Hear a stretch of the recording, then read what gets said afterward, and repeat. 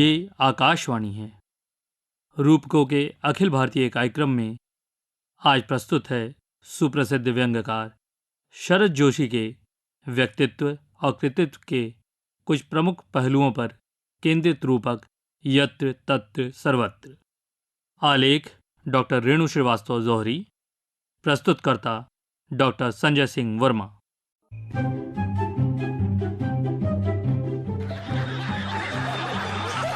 होता रहता है वही जो हुआ करता है। कुछ बातें ऐसी हैं जो इस देश में हमेशा होती रहती हैं। जैसे एक समझौता होता है जो अक्सर हो जाता है। कोई भी आता है और हमसे समझौता करके चला जाता है। हम किसी से झगड़ा करते नहीं, मगर लोग हैं कि हमसे समझौता करना चाहते हैं। विदेश से कोई आता है तो मैं पहले ही कह देता हूं कि ये समझौता करेगा, ये इसीलिए आया है। इससे चाहो तो अभी लड़ लो, क्योंकि बाद में तो समझौता करेगा। हम लड़ते ही नहीं और वो मेरा यार समझौता कर लेता है।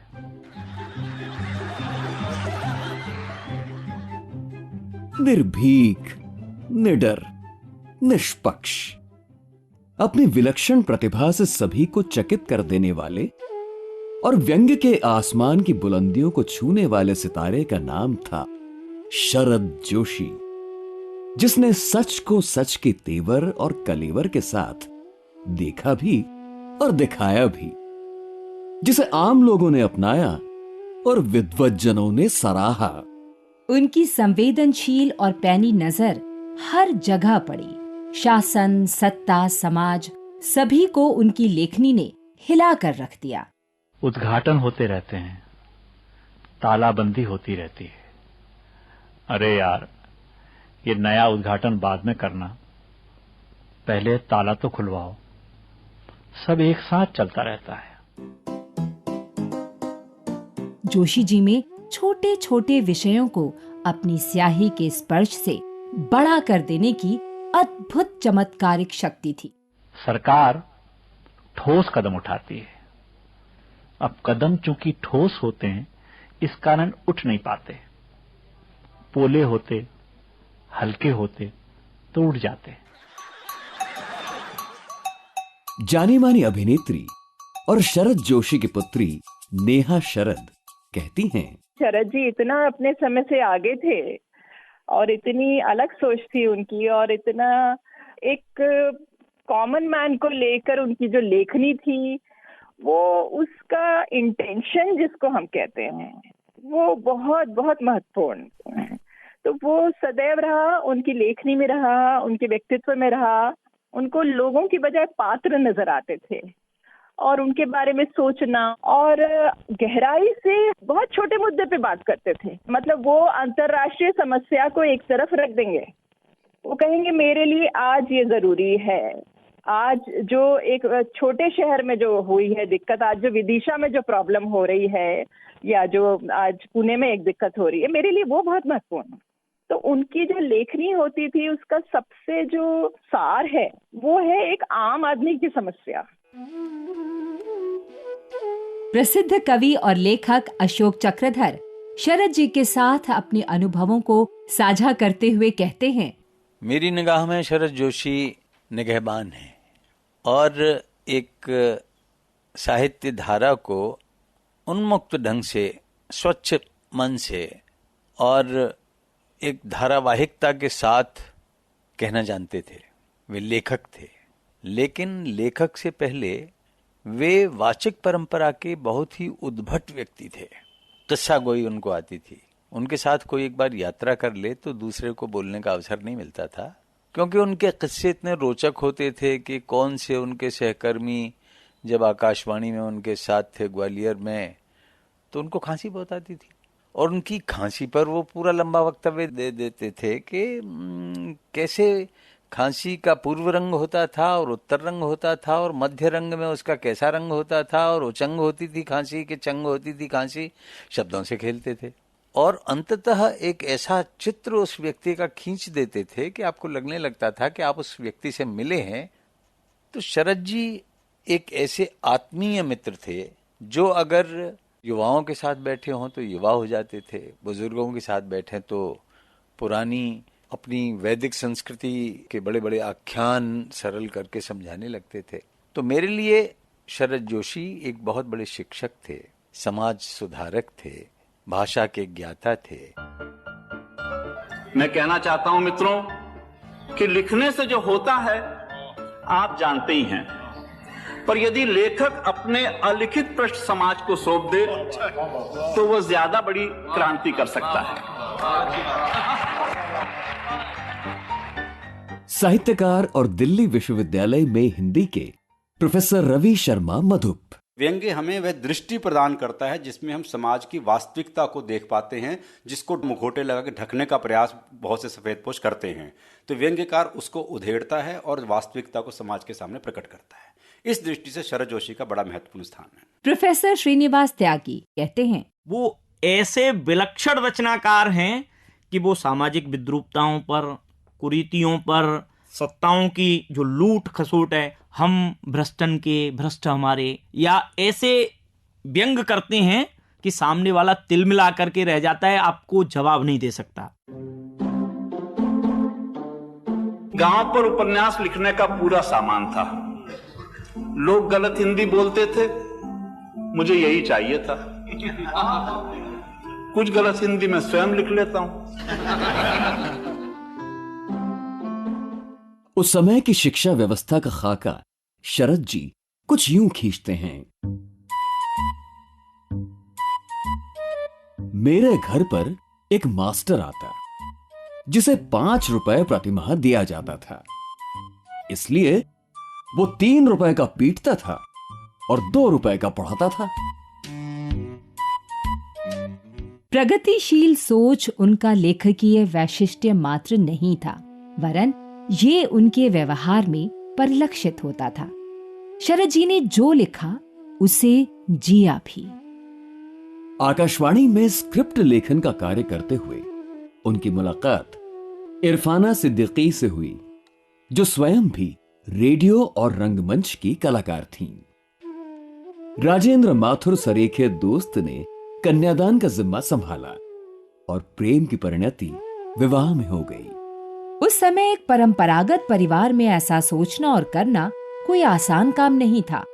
अपने विवाह के संबंध में शरद जी स्वयं अपने ही अंदाज में बताते हुए कहते, एक दिन शादी कर ली, वो अपने घर से निकल आई, मैं अपने घर से निकाल दिया गया।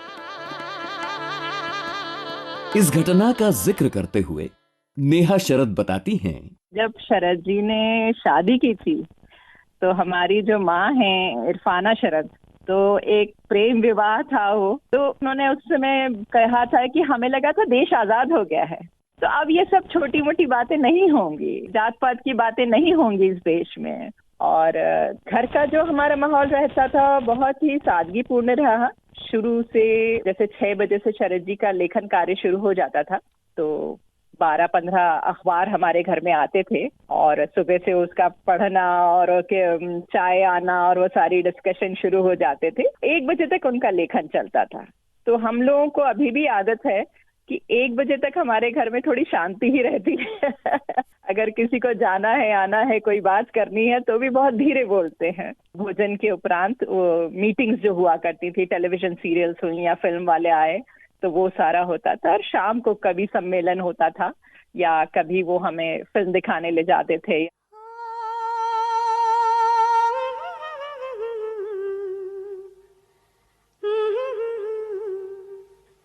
मन क्यों बहका रे बहका,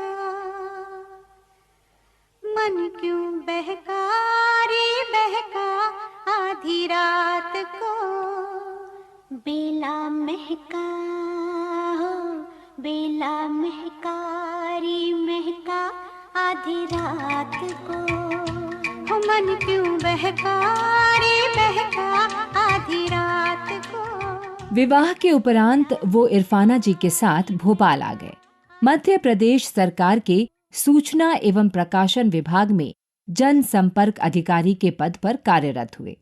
परंतु यहाँ भी जब स्वभाव के अनुकूल वातावरण नहीं मिला तो ये नौकरी भी छोड़ दी। और पत्र पत्रिकाओं में स्वतंत्र लेखन का कार्य शुरू किया। नई दुनिया की परिक्रमा नामक व्यंग स्तंभ से इसका श्री गणेश हुआ। फिर कादंबरी, ज्ञानोदय, रविवार, साप्ताहिक हिंदुस्तान, उस दौर की ऐसी कोई पत्र पत्रिकाएं नहीं हैं जिनमें नियमित रूप से उनके लेख न छपे हों। उन्होंने लगातार लिखा और अच्छा लिखा, कभी अपनी भाषाई मर्यादा को नहीं तोड़ा और न ही अपने लेखन के स्तर को ही गिरने दिया। नेहा शरद उन दिनों को याद करती हुई कहती हैं, शरद जी की आप शुरुआती लेखनी देखें तो उसमें अध्यात्म भी है, उसका भी ह्यूमर है, उसमें विश्व की, चीन की बातें हैं, अमेरिका की बातें हैं, उसमें विश्व समस्याओं की बातें होती हैं। लेकिन धीरे धीरे धीरे प्रतिदिन तक पहुंचते हुए जब नवभारत टाइम्स में उन्होंने 7 वर्षों के लिए लिखा था, उसमें सारी लेखनी जो है आम आदमी से जुड़ी हुई है। उसकी समस्याएं, उसकी परेशानी, वो कैसे दूर हो सकती हैं। जो उनका शब्द संसार था वो अद्भुत था और आप सोचते रहते थे कि हाँ, सचमुच ये कितनी महत्वपूर्ण बात है जिसको हम जीवन में हम ध्यान नहीं दे रहे, लेकिन शरद जी ने उसके ऊपर रेखांकित किया है। शरद जी के लेखन का सरोकार आम आदमी था, इसलिए उन्होंने छोटे छोटे विषयों को अपने व्यंग्य लेखन के लिए चुना और उसे व्यापकता प्रदान की। श्रीलाल शुक्ल उनके लेखन पर टिप्पणी करते हुए कहते हैं, ब्रह्मांड का जो भी विषय है वो शरद जोशी के व्यंग्य का विषय है। लेकिन व्यंग्य शैली ऐसी जो लोगों को हंसाती, गुदगुदाती और फिर सोचने पर भी विवश कर देती। व्यंग्यकार और आलोचक हरीश नवल।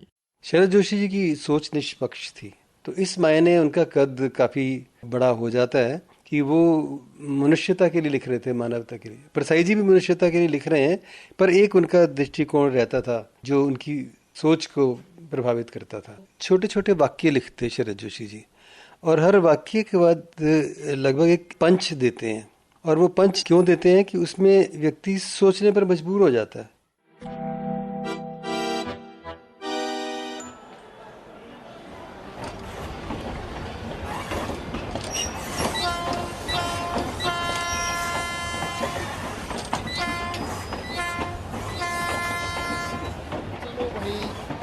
बनारस तो पहुंच ही गए, अब देखते हैं आगे का। अरे मामा जी, पाए लागू मामा जी, आप मिल गए। मैं मुन्ना, आप पहचाने नहीं का? मुन्ना? कौन मुन्ना? अरे मुन्ना को भूल गए मामा जी, सरला दीदी को भूल गए। सरला? अरे खैर कोई बात नहीं, इतने साल भी तो हो गए मामा जी। तुम यहाँ कैसे? अरे मामा जी, मैं आजकल यहीं पर हूँ। चलो, अब तुम मिल ही गए हो। हाँ। तुम्हारा साथ भी रहेगा बनारस घूमने में। क्यों नहीं मामा जी, क्यों नहीं, चलिए ना, मैं घुमाता हूँ आपको बनारस। आइए आइए आइए। बहुत अच्छा हो गया, मंदिर देख लिया, बाबा जी के दर्शन कर लिए, जीवन धन्य हो गया।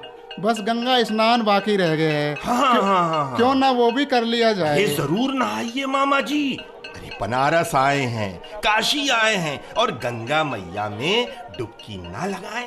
अरे ये कैसे हो सकता है? ये देखिए ना, सामने गंगा जी हैं और सामने है आप। अब लगाइए ना डुबकी। चलिए चलिए।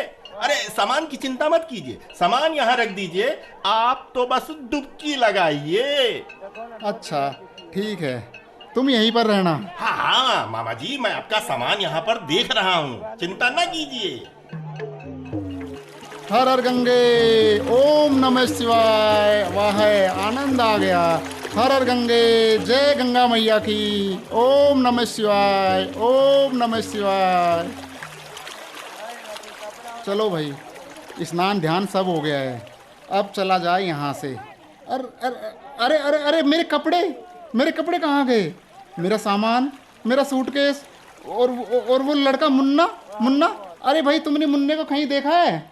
अरे मुन्ना, जो लड़का भी मेरे साथ था, वो कहाँ गया? मेरा सामान, मेरा सूटकेस, और मेरा सब कुछ, मेरे पैसे कहाँ गए?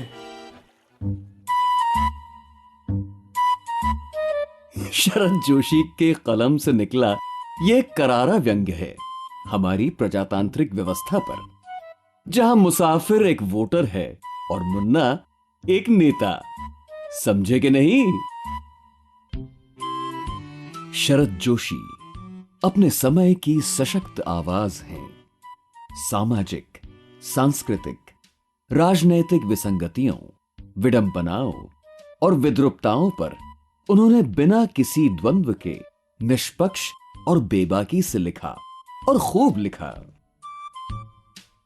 प्रसिद्ध कवि और लेखक अशोक चक्रधर।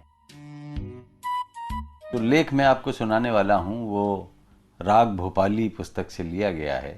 राग भोपाली में वो निबंध हैं जो उन्होंने भोपाल की सरकारी, दरबारी, असरकारी, सांस्कृतिक, साहित्यिक गतिविधियों में निर्लिप्तता रखते हुए लिप्ति भाव से प्रेमपूर्ण शैली में, जो उनकी निजी शैली है, उसमें ये लेख लिखा है। कवि, अफसर और चिड़िया। एक थे अफसर, बड़े बंगले में रहने वाले, ऊंची कुर्सी पर विराजमान। नौकर, चाकर, ड्राइवर आया, जिसको आवाज लगाएं वही हाजिर। बड़े रौब थे उनके, कमाल का प्रभाव, जिसका चाहें तबादला कर दें। ऐसा पेच लगाएं कि उनके विरोधी को खाने की रोटी न मिले। जिस पर मेहरबान, उसकी सारी उंगलियां घी में।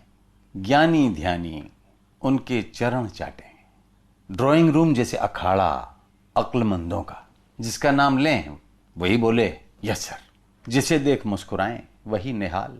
दिमाग के तेज, व्यवहार के मीठे, जिसकी खाट खड़ी करनी हो उससे बड़े मधुर। नीति में चाणक्य, कर्म से नादिर शाह।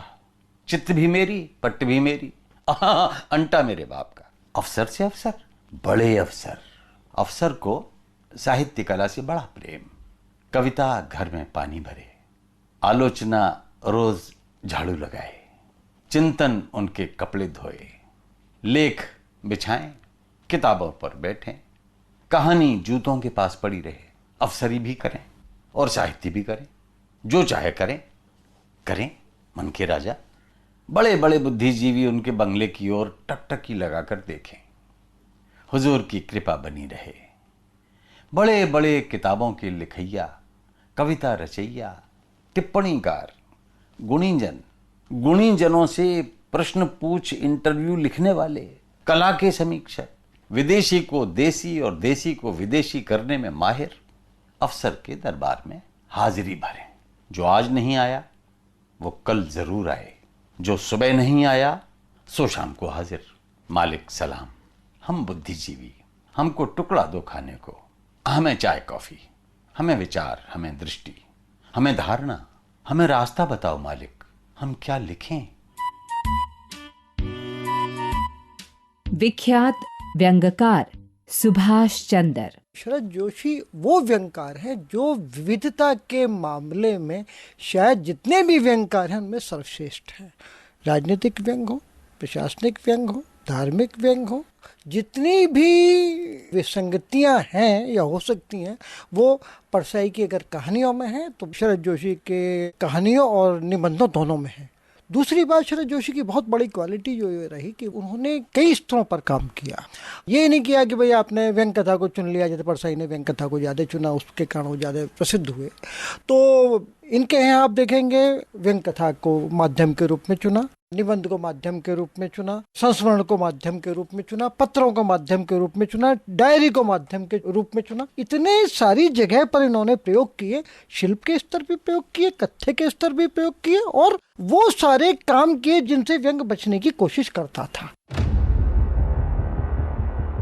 सदैव अभिव्यक्ति की स्वतंत्रता और लोकतंत्र की पैरवी करने वाले शरद जी देश में अचानक लगाए गए आपातकाल से बहुत दुखी और चिंतित थे।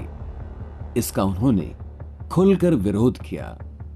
आपातकाल को विषय बनाकर उन्होंने कई लघु कथाएं लिखी जो बहुत चर्चित हुईं। उन्हीं में से एक कहानी है लक्ष्य की रक्षा।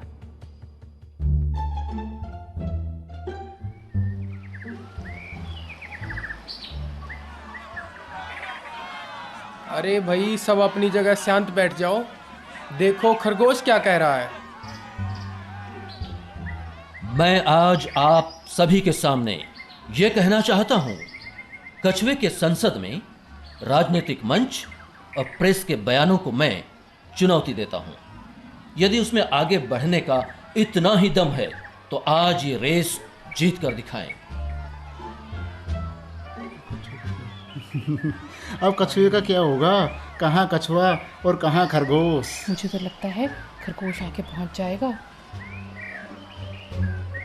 अरे भाई देखो, रेस शुरू हो गई है।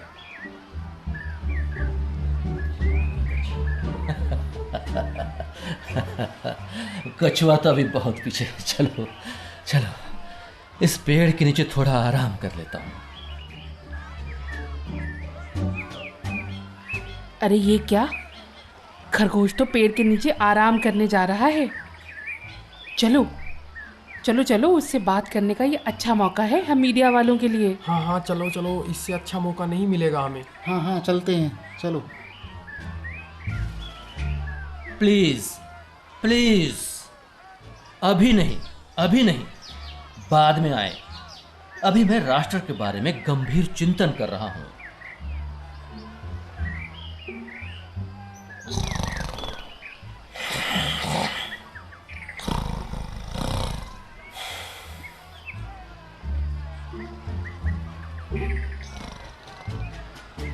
अरे अरे, गजब हो गया, कछुआ तो मंजिल तक पहुंचने वाला है। और अगर मैं हार गया तो बड़ी बदनामी होगी। आज से देश में आपातकाल घोषित किया जाता है। बैकवर्ड और कंजर्वेटिव ताकतें आगे बढ़ रही हैं। इनसे देश को बचाना बहुत जरूरी है। इसीलिए कछुए को गिरफ्तार करके जेल में भेज दिया जाए। रेस खत्म हुई।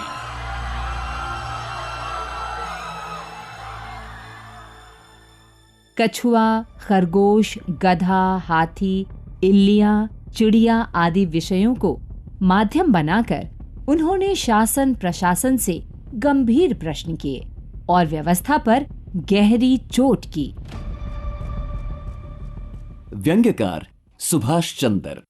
जो बढ़िया रचनाएं इनमें है, जीप पर सवार इल्लियां, बढ़िया रचना है। हम भ्रष्टन के भ्रष्ट हमारे, बढ़िया रचना है। सरकार का जादू, इनकी गजब की रचना है, गजब की रचना है। ऐसी रचनाएं बहुत कम हैं। और जहाँ पर मैंने आपसे कहा कि वो शिल्प के प्रयोग के द्वारा एक सामान्य सी चीज़ को भी बहुत बढ़िया चीज़ बनाते हैं, तो इनकी रचना पैसा का गॉडेस। एक इंग्लिश स्कूल में लक्ष्मी जी के बारे में पढ़ाया जा रहा है और उसको लेकर वो भाषा के स्तर पर जिस तरीके से व्यंग को बुनते हैं, या उनका एक संस्मरण नुमा रेखा चित्र है, बिहार जाकर नरभसाए गए शरद जोशी, गजब का रेखा चित्र है। वो बिहार जाते हैं, उसके बाद वो भाषा से, शिल्प से, शैली से एक कथरस पैदा करते हैं। और कथरस पैदा करते करते जहाँ जहाँ भी उनको लगता है कि इसके बीच में मेरे को मौका मिला है, वहीं पर वो व्यंग की सुई चुभ देते हैं। 80 के दशक में जब दूरदर्शन पर धारावाहिकों का चलन शुरू हुआ, शरद जोशी उन दिनों मुंबई में ही थे। छोटे पर्दे पर उन्होंने अपने हास्य व्यंग का ऐसा तिलिस्म गढ़ा कि घर का ड्राइंग रूम ठहाकों से गूंज उठा। उनके लिखे कई धारावाहिक मील का पत्थर साबित हुए। प्रोफेसर रवि शर्मा मधुप। देखिए, शरद जोशी को अन्य व्यंग्यकारों से जब हम अलग मानते हैं, किस आधार पर मानते हैं, तो मेरा यह मानना है कि उन्होंने जो टीवी के लिए धारावाहिक लेखन किया और फिल्मों के लिए जो लेखन किया, उनका यह पक्ष जो है उन्हें अन्य सारे समकालीन व्यंग्य लेखकों से अलग बनाता है, महत्वपूर्ण बनाता है, प्रतिष्ठा प्रदान करता है।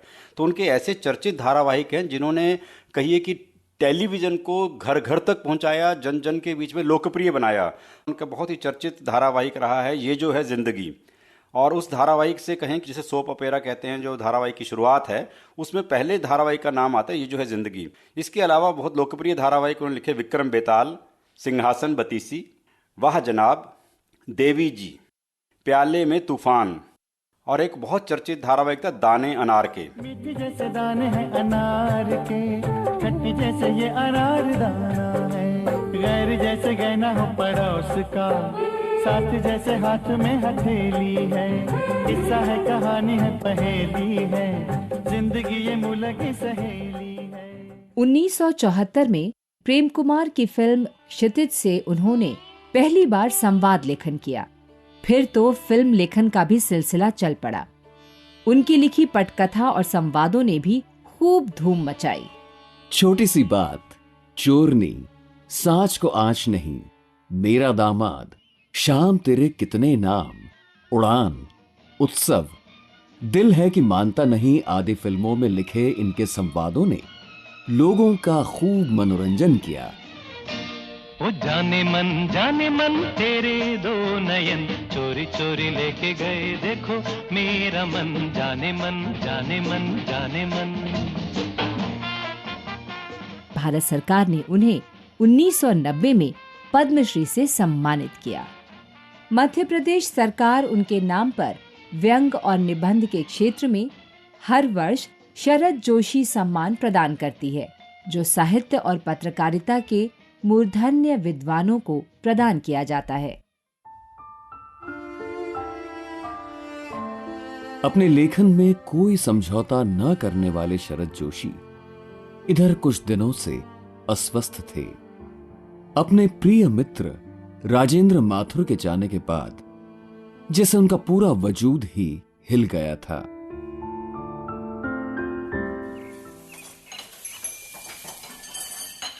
अरे अरे क्या हुआ? क्या हुआ? तबीयत तो ठीक है? सुबह से बैठे हो, अभी हॉस्पिटल से आए 4 दिन भी नहीं हुए तुम्हें, और फिर बैठ गए खुद को एक्सर्ट करने। थोड़ा अपने आराम का भी ध्यान रखा करो। ठीक ही कहती हो, तबीयत कुछ ठीक नहीं लग रही। लाओ खाना दे दो, थोड़ी देर सो जाता हूँ फिर लिखूंगा। हाँ ठीक है, मैं खाना लगाती हूँ। वैसे लिख क्या रहे थे? अभी तो 10-12 लाइनें ही लिखी हैं, सोकर उठूंगा तब पूरा करूंगा।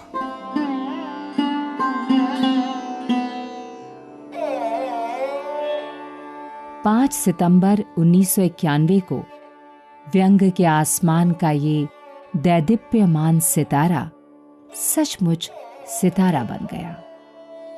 वो आखिरी अधूरा लेख जिसे लिखते हुए उन्होंने दुनिया को अलविदा कहा। जरा सी पीड़ा भी मेरी आंखों में आंसू लाने के लिए काफी है। अस्पताल के अकेलेपन में मुझे लगता है कि राजेंद्र माथुर की आत्मा मेरे पास आकर बैठ गई है। तब वो वैसी संपादक की आत्मा नहीं लगती। दुबला पतला माथुर जब कॉलेज के हॉस्टल में रहता था, कुछ वैसी ही मूर्ति मेरे अतीत से निकलकर मेरे सामने आकर खड़ी है। शरद जोशी कहीं नहीं गए। वो अपनी लेखनी के माध्यम से सदैव हमारे बीच हैं और रहेंगे। यत्र तत्र सर्वत्र। लिखकर जो सेवाएं मैंने की है, उससे बढ़कर न लिखकर जो सेवाएं मैंने की है, उस तथ्य की ओर आपका ध्यान आकर्षित करते हुए मैं अपना स्थान ग्रहण करूंगा। धन्यवाद। यत्र तत्र सर्वत्र रूपकों के अखिल भारतीय कार्यक्रम में सुप्रसिद्ध व्यंग्यकार शरद जोशी के व्यक्तित्व और कृतित्व के कुछ प्रमुख पहलुओं पर केंद्रित रूपक अभी आपने सुना।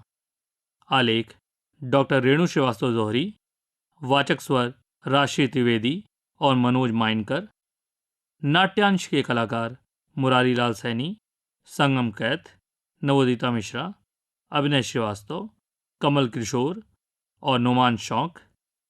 प्रस्तुति सहयोग नवोदिता मिश्रा। प्रस्तुति सहायक हरदीप सिंह और धीरज कुमार सोनी। प्रस्तुतकर्ता डॉक्टर संजय सिंह वर्मा। केंद्रीय हिंदी रूपक एकांश द्वारा निर्मित ये कार्यक्रम आकाशवाणी दिल्ली से प्रसारित किया गया।